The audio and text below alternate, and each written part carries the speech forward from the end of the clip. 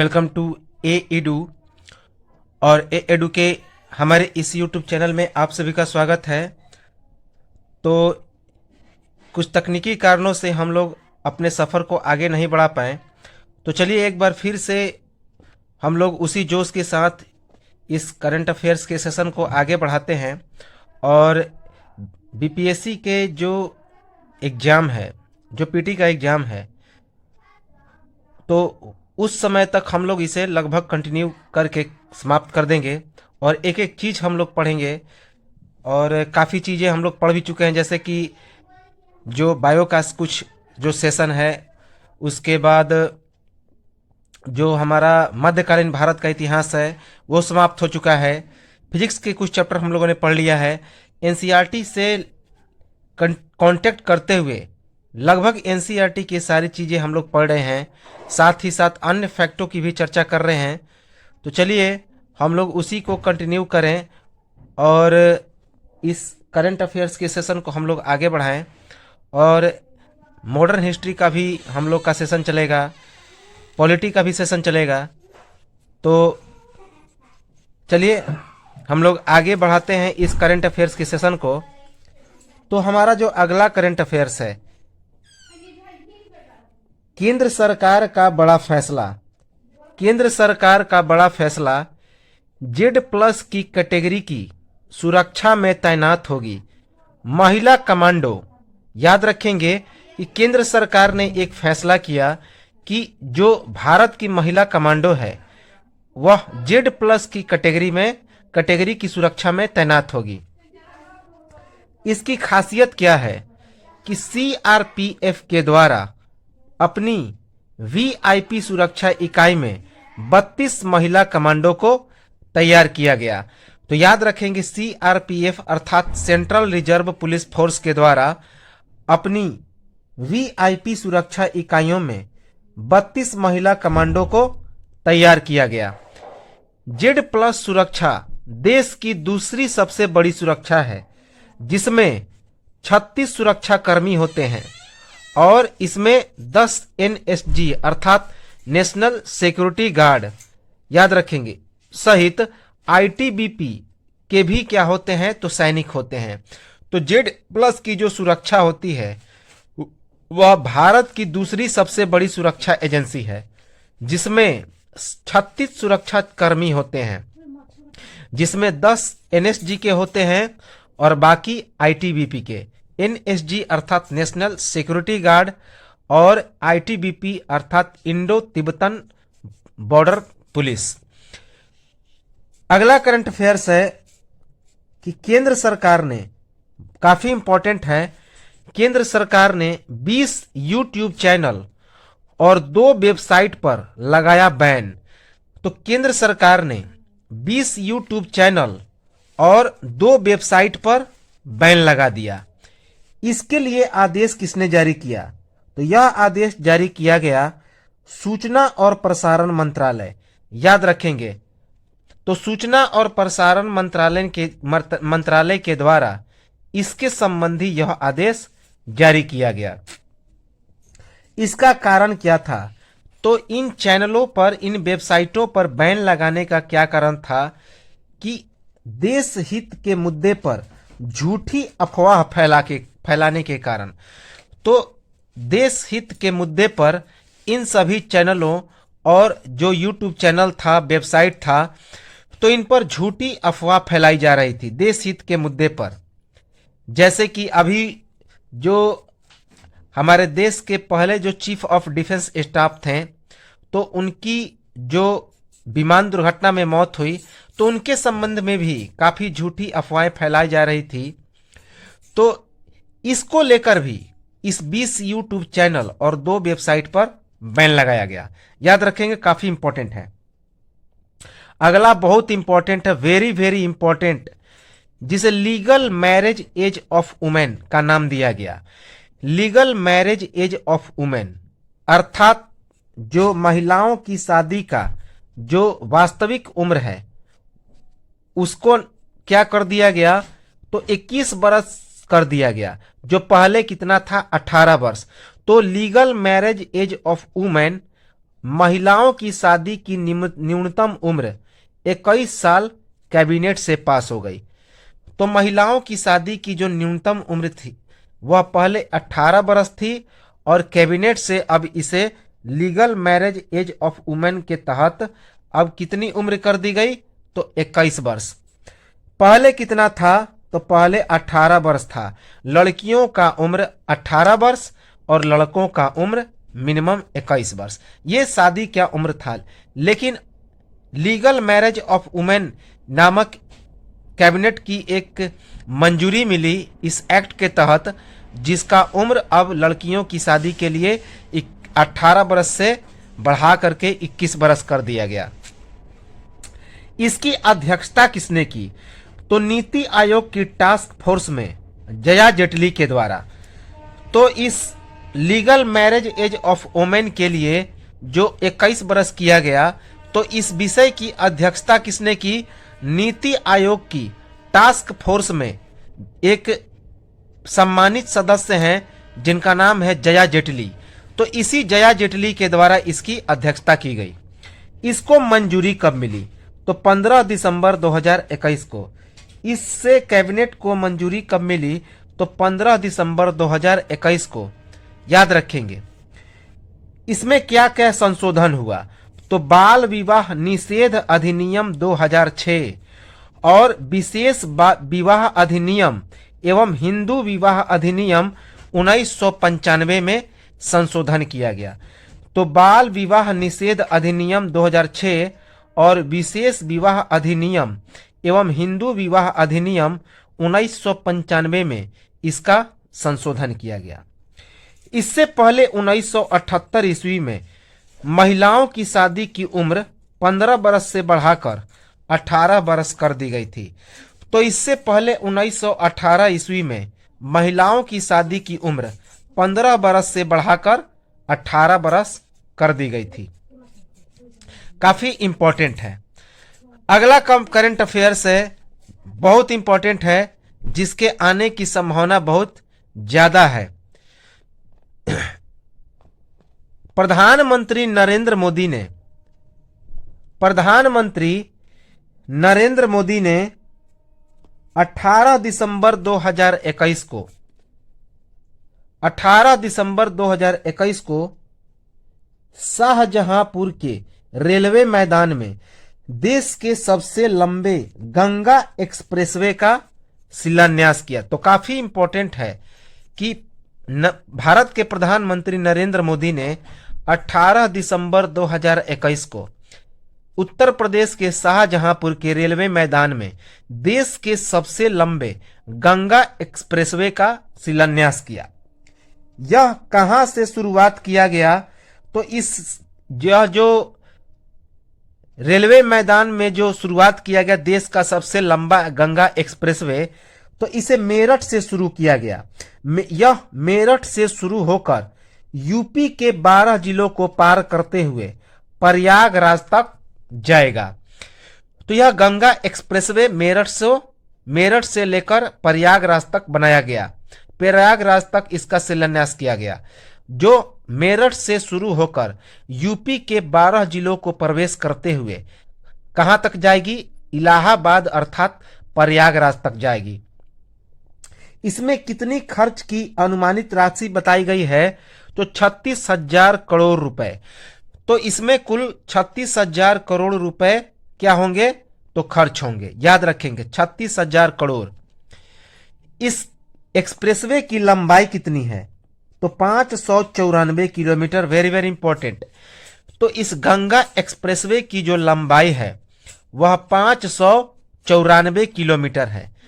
किन किन गांवों को यह जोड़ेगी, तो किस गांव से लेकर किस गांव तक यह गंगा एक्सप्रेसवे जाएगा, तो मेरठ के बिजौली गांव से प्रयागराज के जूडापुर गांव तक।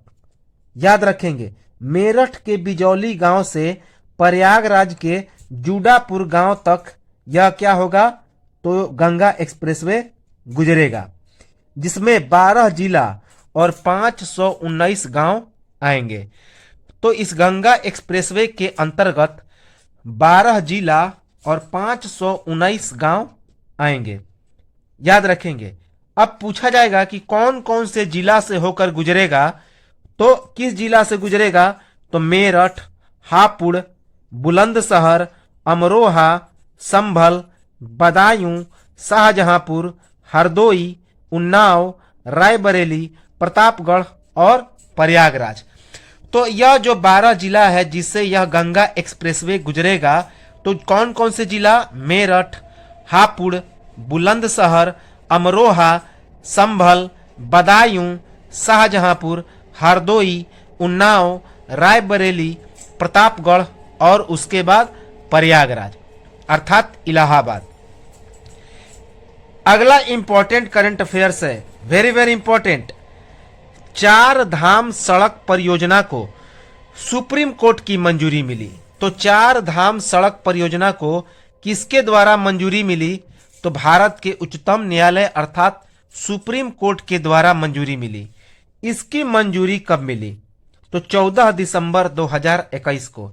इसकी जो मंजूरी मिली वह 14 दिसंबर 2021 को मिली। कितने लंबाई सड़क की बनाने की मंजूरी मिली, तो कुल 900 किलोमीटर। तो 4 धाम सड़क परियोजना के अंतर्गत कुल 900 किलोमीटर के सड़क के निर्माण की मंजूरी प्राप्त हुई। इसका उद्देश्य क्या था, तो इसका उद्देश्य है यमुनोत्री, गंगोत्री, केदारनाथ और बद्रीनाथ को हर मौसम में कनेक्ट करना। तो इसका मुख्य उद्देश्य है यमुनोत्री, गंगोत्री, केदारनाथ और बद्रीनाथ को हर मौसम में कनेक्ट करना। अब भारत से लेकर चीन की सीमा तक जाना आसान हो जाएगा। तो इस 4 धाम सड़क परियोजना के द्वारा जो भारत है उसके चीन की सीमा तक जाना क्या हो जाएगा, तो आसान हो जाएगा। इसके अंतर्गत जो सड़कें हैं सुप्रीम कोर्ट के द्वारा 10 मीटर चौड़ा करने का आदेश दिया गया। तो इस 4 धाम के सड़कों को सुप्रीम कोर्ट के द्वारा 10 मीटर तक चौड़ा करने का आदेश दिया गया। याद रखेंगे, इंपॉर्टेंट है।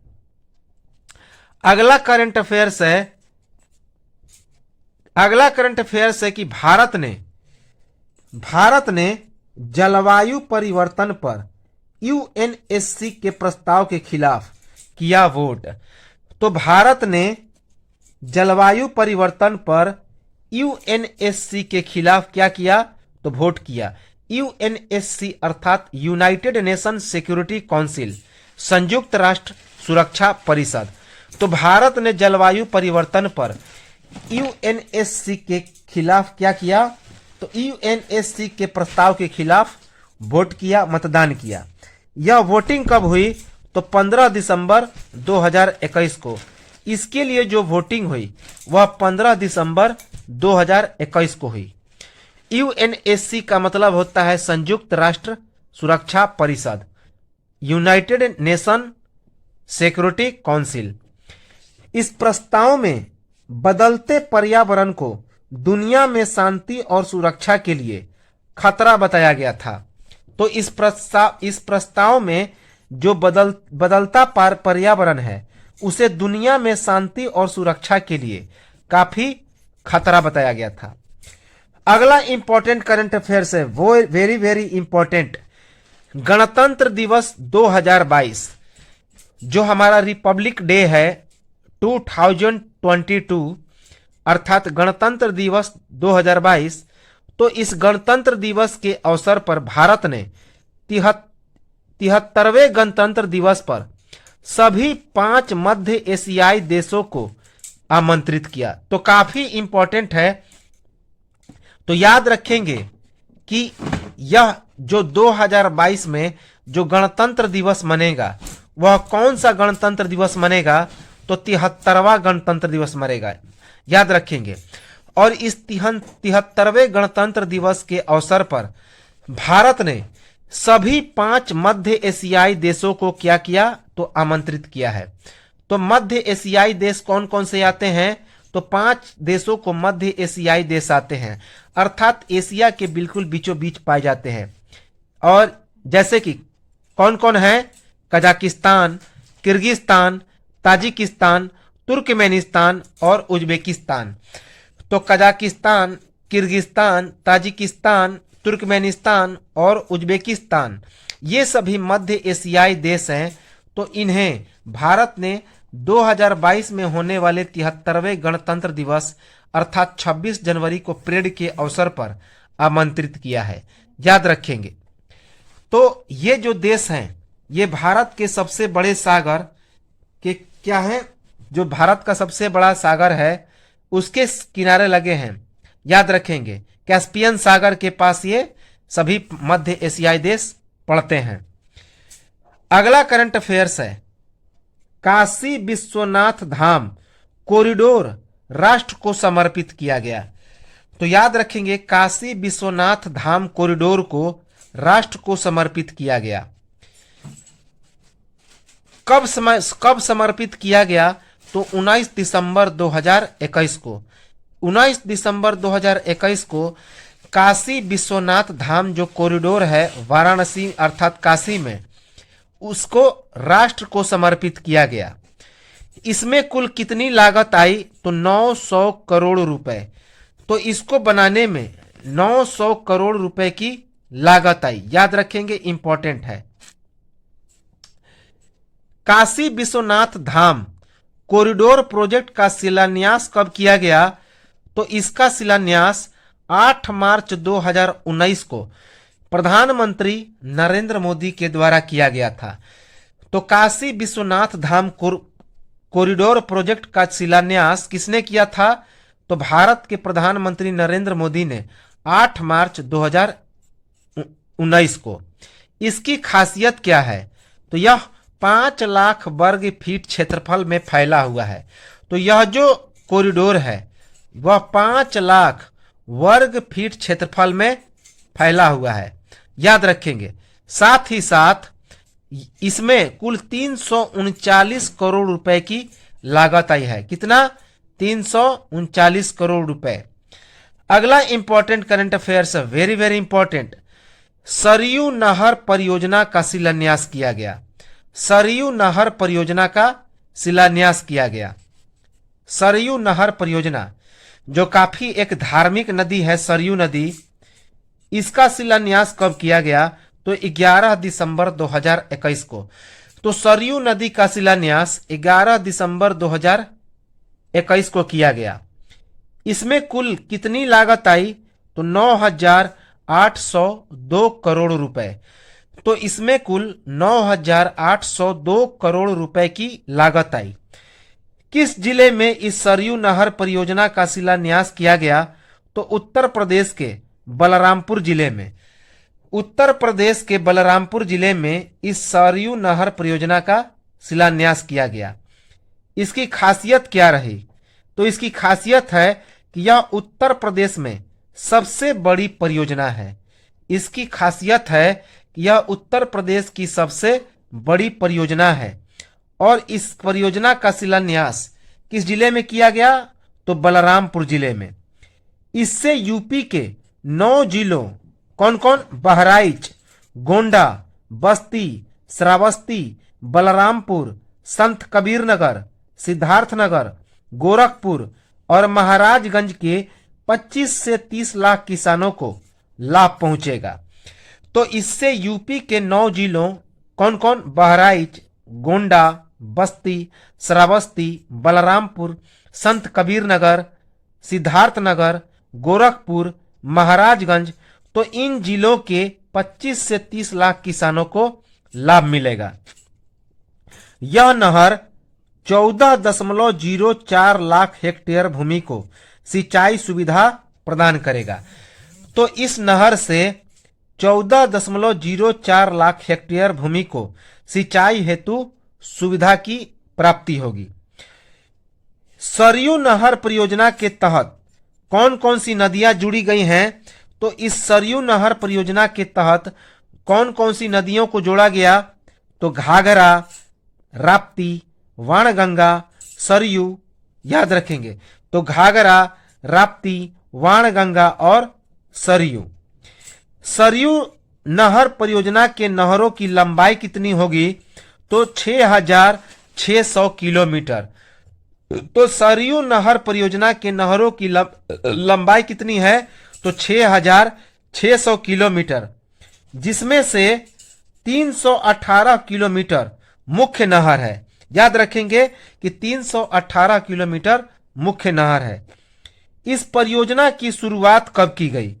तो इस परियोजना की शुरुआत की गई थी 1978 ईस्वी में, लगभग 78.68 करोड़ रुपए की लागत से।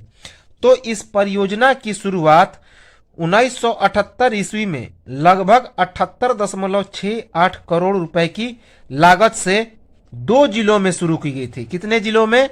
2 जिलों में। सरयू नदी उत्तराखंड के बागेश्वर जिले में नंदाकोट पर्वत के दक्षिण में एक रिज से निकलकर घाघरा नदी में जाकर मिल जाती है। तो याद रखेंगे कि जो सरयू नदी है उत्तराखंड के बागेश्वर जिले में नंदाकोट पर्वत के दक्षिण में एक रिज से निकलकर घाघरा नदी में जाकर मिल जाती है। याद रखेंगे, इंपॉर्टेंट है। अगला करंट अफेयर्स है डीजीसीए का बड़ा फैसला। डीजीसीए का बड़ा फैसला 31 जनवरी तक अंतर्राष्ट्रीय उड़ानों पर रोक लगी। तो डीजीसीए का बड़ा फैसला आया कि 31 जनवरी तक अंतर्राष्ट्रीय उड़ानों पर प्रतिबंध रहेगी। क्यों? क्योंकि पूरे देश में ओमिक्रॉन का असर शुरुआत हो चुका है, ओमिक्रॉन वायरस। इसकी घोषणा कब की गई? तो इसकी घोषणा 9 दिसंबर 2021 को की गई। तो इसके लिए जो घोषणा हुई वह 9 दिसंबर 2021 को की गई। डीजीसीए अर्थात नागरिक एवं उड्डयन नियामक। डीजीसीए का मतलब होता है नागरिक एवं उड्डयन नियामक। इससे पहले भारत ने कुछ शर्तों के साथ 15 दिसंबर से अनुसूचित वाणिज्यिक उड़ानों पर प्रतिबंध 31 जनवरी तक बढ़ा दिया है। तो इससे पहले भारत ने कुछ शर्तों के साथ 15 दिसंबर से अनुसूचित वाणिज्यिक उड़ानों पर जो प्रतिबंध है वह 31 जनवरी तक बढ़ा दिया है। और इन उड़ानों पर रोक लगाने का कारण क्या है? तो कोरोना का नया जो वेरिएंट है जिसका नाम है ओमिक्रॉन। तो इसी ओमिक्रॉन के कारण इन अंतर्राष्ट्रीय उड़ानों पर प्रतिबंध लगाया गया। याद रखेंगे। अगला करंट अफेयर्स है कि भारत और एशियन डेवलपमेंट बैंक ने उत्तराखंड और तमिलनाडु परियोजनाओं के लिए समझौता ज्ञापन पर हस्ताक्षर किया। तो भारत और एशियन डेवलपमेंट बैंक ने अर्थात एडीबी ने उत्तराखंड और तमिलनाडु परियोजनाओं के लिए एक समझौते पर हस्ताक्षर किया। कितने ऋण समझौते पर हस्ताक्षर हुआ? तो 2 ऋण समझौते पर हस्ताक्षर हुआ। याद रखेंगे कि 2 ऋण समझौते पर हस्ताक्षर हुआ। इसकी खासियत क्या रही? तो इसकी खासियत थी कि तमिलनाडु में शहरी गरीबों के लिए उत्तराखंड के देहरादून और नैनीताल में जल स्वच्छता कार्यक्रम को बढ़ावा देने हेतु तथा लचीले टिकाऊ आवास हेतु इसके लिए क्या किया गया? हस्ताक्षर किया गया कि तमिलनाडु में शहरी गरीबों के लिए तथा उत्तराखंड के देहरादून और तमिलनाडु में जल स्वच्छता कार्यक्रम को बढ़ावा देने के लिए साथ ही साथ लचीले टिकाऊ और मजबूत आवास के लिए इस पर क्या किया गया? तो हस्ताक्षर किया गया। इसमें कितनी लागत आई? तो इसमें जो लागत आई है वह 2074 करोड़ रुपए। तो इसमें कुल 2074 करोड़ रुपए की लागत आई है। इसमें जो समझौता हुआ वह भारत और एडीबी के बीच 150 मिलियन अमेरिकी डॉलर पर समझौता हुआ। इसके लिए जो समझौता हुआ वह भारत और एडीबी के बीच 150 मिलियन अमेरिकी डॉलर पर समझौता हुआ। याद रखेंगे। अगला इंपॉर्टेंट करंट अफेयर्स है, वेरी वेरी इंपॉर्टेंट, कि भारत के राष्ट्रीय महिला आयोग ने शुरू किया सी इज ए चेंज मेकर कार्यक्रम। तो काफी इंपॉर्टेंट है कि भारत की जो महिला आयोग है उसने एक कार्यक्रम की शुरुआत की जिसका नाम है सी इज ए चेंज मेकर कार्यक्रम। तो भारत के राष्ट्रीय महिला आयोग ने सी इज ए चेंज मेकर कार्यक्रम की शुरुआत की।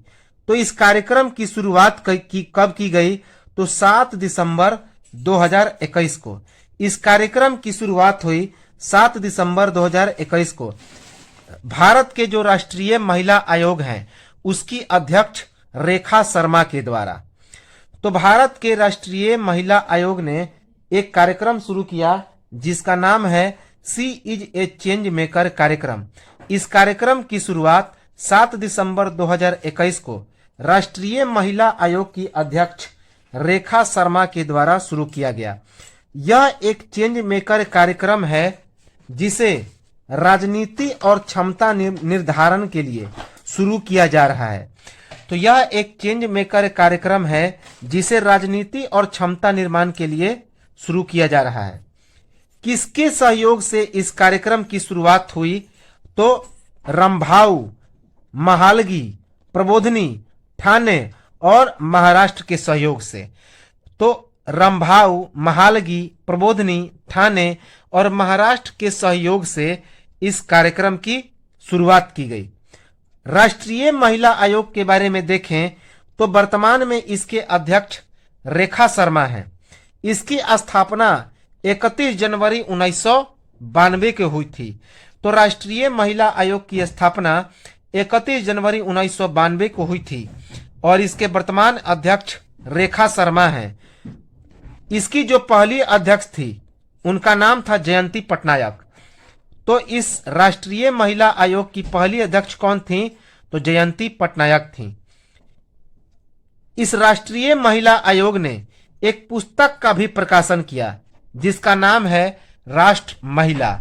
तो इसके द्वारा, इस आयोग के द्वारा एक प्रकाशित पुस्तक भी है जिसका नाम है राष्ट्र महिला। अगला इंपॉर्टेंट करंट अफेयर्स है, काफी इंपॉर्टेंट है कि गूगल ट्रेंड 2021 की शुरुआत की गई। Google trend 2021, Google trend 2021 Google के द्वारा गूगल ईयर इन सर्च अर्थात गूगल ईयर 2021 रिपोर्ट जारी किया गया। तो गूगल के द्वारा गूगल ईयर इन सर्च अर्थात गूगल ईयर 2021 नामक एक रिपोर्ट जारी किया गया। भारत में गूगल रुझानों की सूची से यह पता चला है कि भारतीयों ने 2021 में खेल, समाचार, मनोरंजन, व्यक्तित्व सहित अन्य श्रेणियों में क्या क्या खोजा है। तो इसी कारण यह जो गूगल ट्रेंड है 2021 की शुरुआत की गई। किस लिए? कि भारत में गूगल रुझानों की सूची से यह पता चला है कि भारतीयों ने वर्ष 2021 में खेल, समाचार, मनोरंजन, व्यक्तित्व सहित अन्य श्रेणियों में क्या क्या खोजा है। इस साल सर्च करने में सबसे शीर्ष स्थान पर कौन रहा? तो आईपीएल और आईसीसी T20 वर्ल्ड कप। तो गूगल में इस साल सबसे ज्यादा सर्च करने में किसे सफलता हासिल हुई? तो सबसे ज्यादा सर्च करने में शीर्ष पर रहा आईपीएल और आईसीसी T20 वर्ल्ड कप। अगला इंपॉर्टेंट करंट अफेयर्स है, काफी इंपॉर्टेंट है कि भारत ने किया vertical launch short range reference to air missile का सफल परीक्षण। कि भारत ने vertical launch short range reference to air missile का सफल परीक्षण किया। कब इसका लॉन्चिंग हुआ? तो 7 दिसंबर 2021 को। इसकी लॉन्चिंग 7 दिसंबर 2021 को हुई। कहां से इसका परीक्षण किया गया? तो इसका परीक्षण ओडिशा तट से दूर चांदीपुर में एकीकृत रेंज से किया गया। तो इसका जो परीक्षण हुआ वह ओडिशा तट से दूर चांदीपुर में एकीकृत रेंज से हुआ। इसकी खासियत क्या क्या है? तो यह सतह से हवा में मार करने की इसकी क्षमता है। तो इस मिसाइल की क्षमता है सतह से हवा में मार करने की। VLSRSAM सतह से हवा में वार करने वाली एक त्वरित प्रतिक्रिया मिसाइल है, जिसका विकास किसने किया है? तो DRDO ने। तो पहला प्रश्न तो यहीं पे आ गया कि इस मिसाइल का निर्माण किसने किया?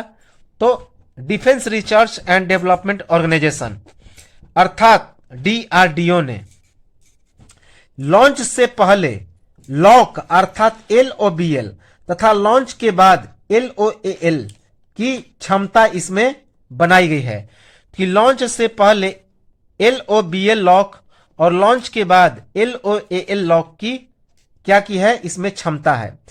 इसमें फाइबर ऑप्टिक गायरोस्कोप के माध्यम से मध्य पथ जड़त्वीय मार्गदर्शन के साथ साथ टर्मिनल चरण के दौरान सक्रिय रडार होमिंग जैसी विशेषताएं भी शामिल है। तो इसमें फाइबर ऑप्टिक गायरोस्कोप के माध्यम से मध्य पथ जड़त्वीय मार्गदर्शन के साथ साथ टर्मिनल चरण के दौरान सक्रिय रडार होमिंग जैसी विशेषताएं भी शामिल है। इस मिसाइल का जो डिजाइन है वह extra mark 1 air to air missile पर आधारित है। तो इस मिसाइल का design extra mark 1 air to air missile पर आधारित है। DRDO ने 22 फरवरी 2021 को 2 VLSRSAM का परीक्षण किया था।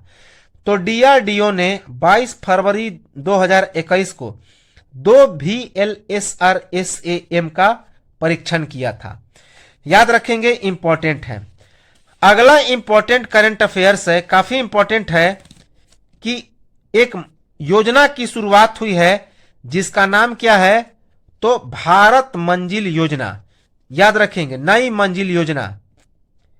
तो भारत सरकार ने शुरू की मंजिल योजना। याद रखेंगे कि भारत सरकार ने एक योजना की शुरुआत की जिसका नाम क्या है? तो मंजिल योजना, जो अल्पसंख्यक मामलों के मंत्रालय के द्वारा वर्ष 2021 में नई मंजिल योजना की शुरुआत की गई थी।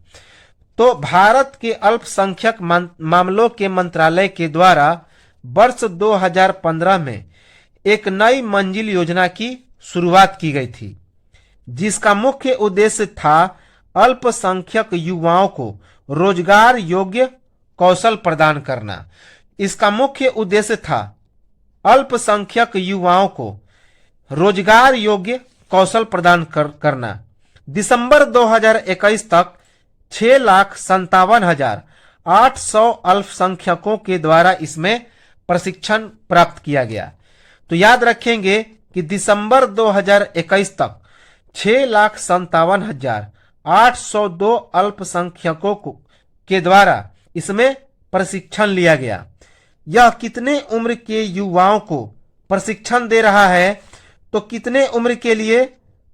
तो स्कूल छोड़ने वाले और मदरसों जैसे सामुदायिक शिक्षा संस्थानों में शिक्षित 17 से 35 वर्ष के युवाओं के लिए यह योजना की शुरुआत की गई है। तो यह जो योजना है कितने उम्र के लोगों के लिए शुरुआत किया गया? तो जिनकी उम्र 17 से 35 वर्ष है, साथ ही साथ वे स्कूल छोड़ने वाले हों या मदरसों जैसे सामुदायिक शिक्षा संस्थानों में शिक्षित हों, तो उनके लिए यह योजना की शुरुआत की गई है। इसमें 5 योजना को शामिल किया गया। तो कौन कौन से योजना को शामिल किया गया है इसके अंतर्गत? तो याद रखेंगे 5 योजना। कौन कौन? पहला है सीखो और कमाओ। पहला योजना क्या है? तो पहले योजना का नाम है सीखो और कमाओ।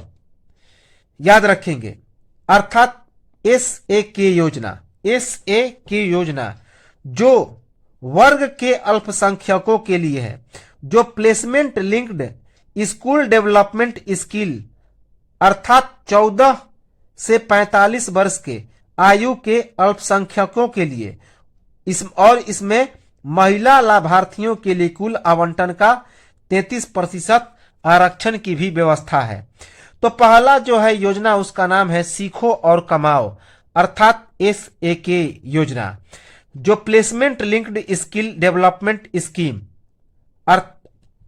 अर्थात 14 से 45 वर्ष के आयु के वर्ग के अल्पसंख्यकों के लिए है। साथ ही साथ इसमें महिला लाभार्थियों के लिए भी आवंटन का 33% आरक्षण का प्रावधान किया गया। दूसरा जो योजना है उसका नाम है उस्ताद योजना। तो दूसरे योजना का क्या नाम है? उस्ताद योजना। पारंपरिक कला या शिल्प में कौशल और प्रशिक्षण दिया जाएगा। तो इस उस्ताद योजना के तहत पारंपरिक कला या शिल्प में कौशल और प्रशिक्षण दिया जा रहा है। तीसरा है हमारी धरोहर योजना। तीसरे योजना का नाम है हमारी धरोहर योजना। इसके अंतर्गत देश में अल्पसंख्यक समुदायों की संस्कृति, प्रथाओं, विश्वास, रीति रिवाज और परंपराओं का संरक्षण किया जाएगा। तो इसके अंतर्गत अर्थात हमारी धरोहर योजना के अंतर्गत देश में अल्पसंख्यक समुदायों की संस्कृति, प्रथाओं, विश्वास, रीति रिवाज और परंपराओं का संरक्षण किया जाएगा। चौथा है प्रधानमंत्री जन विकास कार्यक्रम। तो चौथा है प्रधानमंत्री जन विकास कार्यक्रम, जिसके अंतर्गत शिक्षा और स्वास्थ्य पर प्रशिक्षण दिया जाएगा, एजुकेशन और हेल्थ पर। और पांचवा है जिसका नाम है नव्या सवेरा योजना। यह लोगों की प्रतिस्पर्धा पर आधारित यह एक योजना है। तो इसी प्रतिस्पर्धा हेतु प्रशिक्षण दिया जाएगा। पांचवा योजना है नव्या सवेरा योजना, जो कि प्रतिस्पर्धा पर आधारित है, याद रखेंगे। अक्षर हुआ। इस राइफल्स का निर्माण कहां पे किया गया है? तो इस राइफल का निर्माण उत्तर प्रदेश स्थित अमेठी के कोरबा में किया गया है। तो इस राइफल का निर्माण उत्तर प्रदेश स्थित अमेठी जिला के कोरबा में किया गया। इस राइफल की क्षमता कितनी है? तो इस राइफल की क्षमता है 300 मीटर। तो याद रखेंगे इस राइफलों की जो क्षमता है वह 300 मीटर है। इसके तहत कितने राइफलों का निर्माण किया जाएगा? तो 5 लाख। इसके तहत 5 लाख राइफलों का निर्माण किया जाएगा।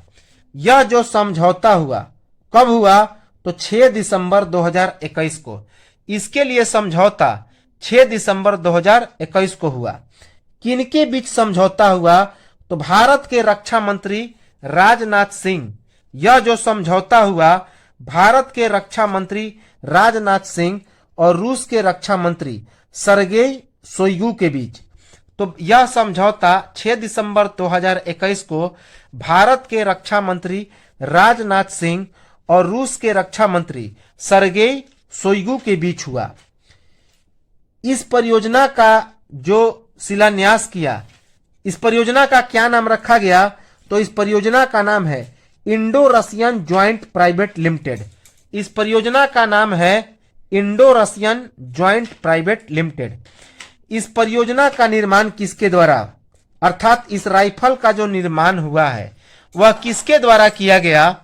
तो rifle advance weapons and equipment India limited. उसके बाद म्यूनिशंस इंडिया लिमिटेड, रूस की रोसोबोरॉन एक्सपोर्ट और कानकॉर्न कालाशनिकोव के द्वारा। तो याद रखेंगे कि rifle advance weapons and equipment India limited, munitions India limited, रूस की रोसोबोरॉन एक्सपोर्ट, कानकॉर्न कालाशनिकोव के द्वारा इसका निर्माण किया गया। तो इन कंपनियों के द्वारा इन राइफलों का निर्माण किया गया। इन राइफलों की क्या क्या खासियत है? तो इसमें 7.62 गुना 39 mm की गोली का इस्तेमाल किया जाएगा। इसका जो वजन है 3.8 किलोग्राम है। तो इन राइफलों का वजन कितना है? तो 3.8 किलोग्राम। साथ ही साथ यह असौंस राइफल की जगह इनका इस्तेमाल किया जाएगा। असौंस राइफल की जगह के रूप में इसका इस्तेमाल होगा। इनका जो रेंज होगा वह 800 मीटर। तो इन राइफलों का रेंज कितना है? 800 मीटर, याद रखेंगे। अगला करंट अफेयर्स है, वेरी वेरी इंपॉर्टेंट। तो अगला करंट अफेयर्स है कि भारत के हवाई अड्डों में वर्ष 2022 से शुरू हो जाएगी फेस रिकॉग्निशन स्कैनिंग। तो भारत के हवाई अड्डों में 2022 से फेस रिकॉग्निशन स्कैनिंग क्या हो जाएगी? तो शुरू हो जाएगी। भारत में यह सुविधा शुरू करने वाले पहले हवाई अड्डे कौन बने? तो पहले हवाई अड्डे बने कोलकाता, पुणे, वाराणसी और विजयवाड़ा। तो भारत में यह जो फेस रिकॉग्निशन स्कैनिंग है उसको शुरुआत करने वाले कौन कौन से हवाई अड्डा बने? तो कोलकाता, पुणे, वाराणसी और विजयवाड़ा। इस परियोजना को लागू करने वाले संस्था का क्या नाम है? तो इस परियोजना को लागू करने वाले संस्था का नाम है एनईसी कॉरपोरेशन लिमिटेड।